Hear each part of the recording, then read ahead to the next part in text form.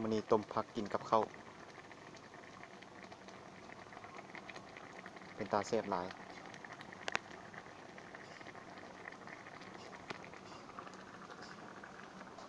อันนี้แม่นลาบอันนี้แม่นผักต้มอันนี้แม่นข้าว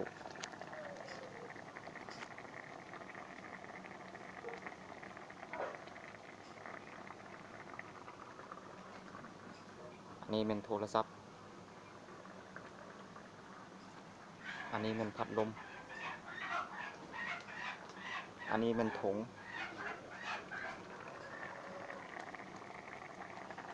อันนี้แม่นน้ำมันอันนี้แม่นเกลือ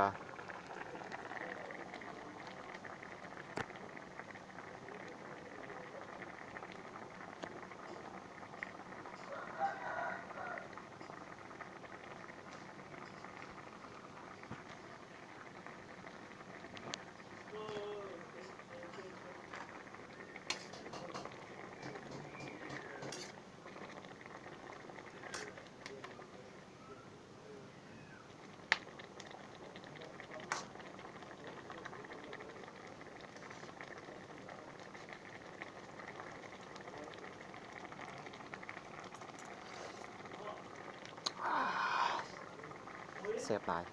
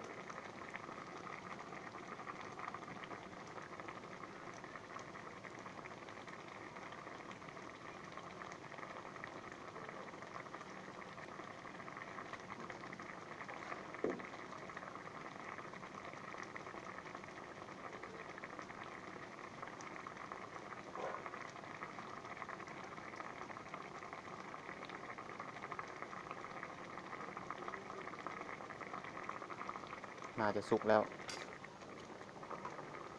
เท่านี้กันเด้อขออนุญาตไปกินข้าวก่อน